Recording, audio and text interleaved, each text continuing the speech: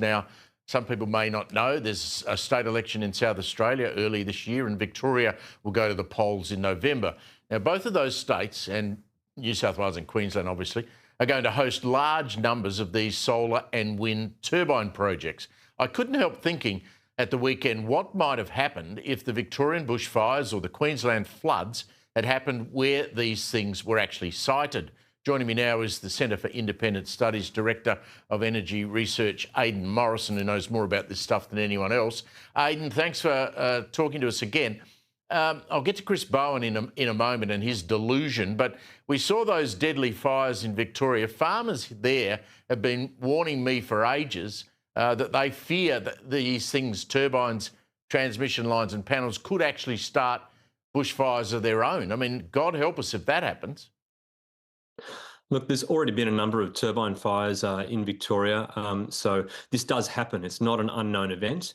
So occasionally turbines catch fire. There's been a wind farm that had a number of its turbines, about 5% of them, taken out of service for quite some time because of concern about the safety.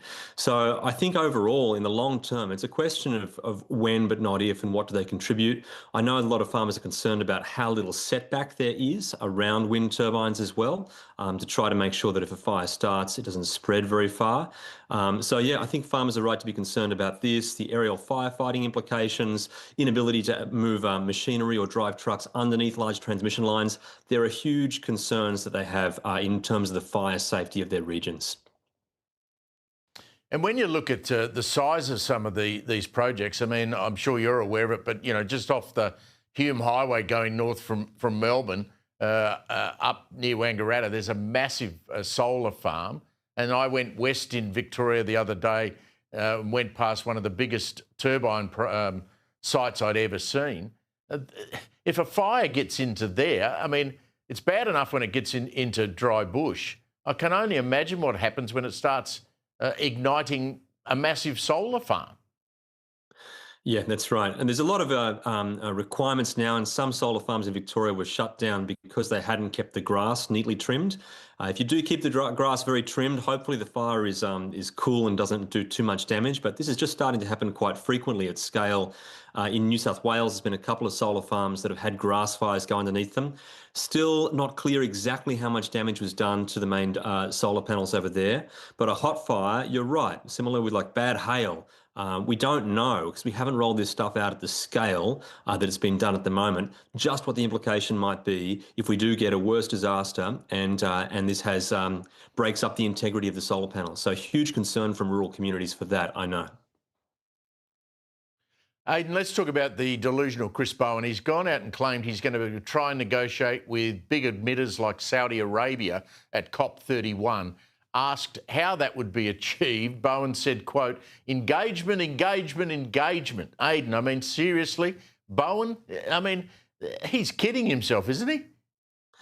Yeah, you can't imagine what that sort of engagement would look like. If you go to a place like Saudi Arabia, who, like us, make a lot of money by exporting their very rich natural resources, and they have a lot of oil in particular. And they also burn, like us, some of their own fossil fuels to supply their own electricity, oil in particular.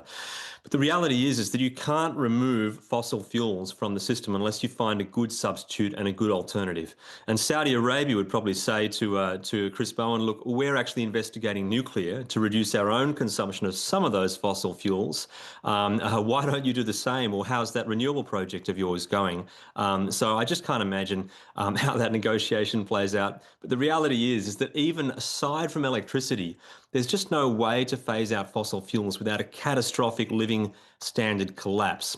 Basically, because if you want to have things like steel, like cement, like plastics, like ceramics, they're essential for so many things we do, like global cold chain, international shipping, overseas air travel, the things that make a prosperous society, none of these things have good solutions outside of fossil fuels at the moment. So the idea we can somehow flick a switch and with a bit of political will and engagement, eliminate fossil fuels is really quite pie in the sky. And we will keep selling them as we do, as long as people keep buying them, which will be for the foreseeable future, because all the green hydrogen hype around replacing things like plastics and air travel with hydrogen has not come to pass.